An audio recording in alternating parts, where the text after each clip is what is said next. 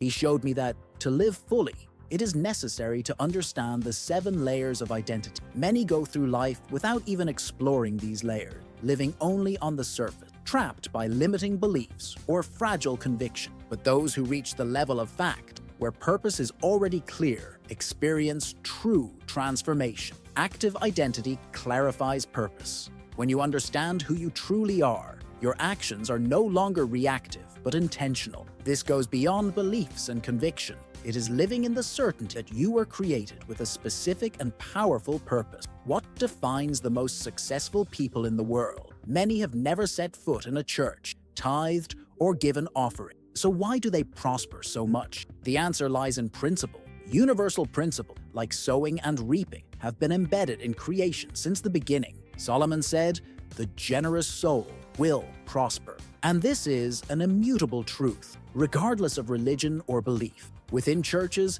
there is a reluctance to speak openly about this. Many struggle to give 10%. But the true understanding is that when you live aligned with generosity and divine principle, you go far beyond the tithe. The problem lies in identity. When you don't understand who you are, you live in scarcity and consequently judge others. I've often thought, where does my tithe go? Is the pastor using the money well?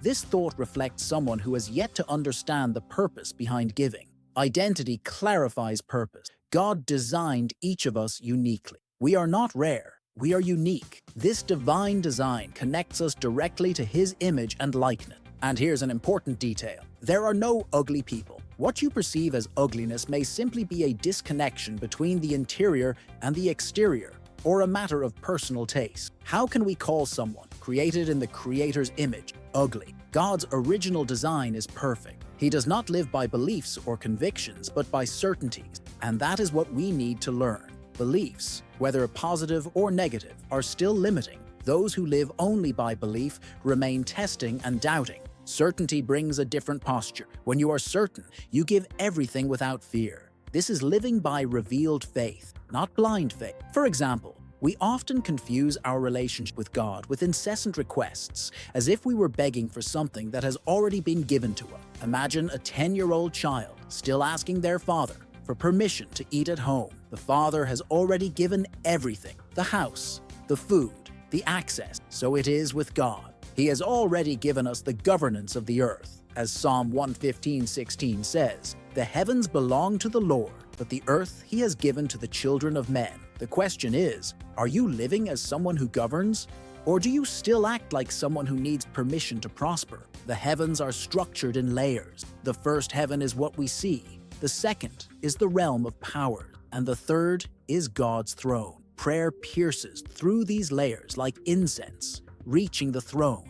And when God responds, the answer descends to the earth. Now there is something that blocks our prayers and requests: a lack of alignment with principle. In programming, there is a command that, when written incorrectly, crashes the entire system. The same is true in spiritual life. When we are misaligned, we block the blessings already available to us. I will end this reflection with an essential point. Live your identity. Stop acting like someone trapped in limiting belief systems and start exercising the purpose for which you were created. Understanding your identity is the key that unlocks your fullness. Use it to advance, bear fruit, and govern. During Jesus' temptation, the devil always began his provocations with "if." He used this to sow doubt, but Jesus never yielded. He knew who he was and didn't need to prove anything. The revelation of identity eliminates the "if."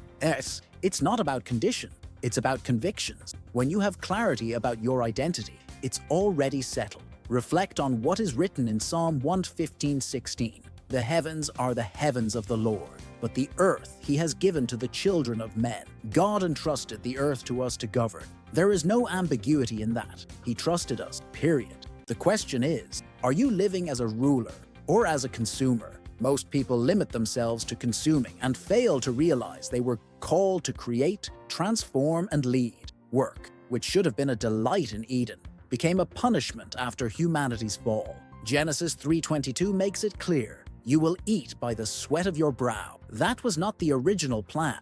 God created us to live in harmony and enjoy creation, but sin brought effort and struggle. Even so, He did not change the essence of who we are. His image and likeness, with a clear purpose to govern. When God created everything, He did so with certainty and perfection.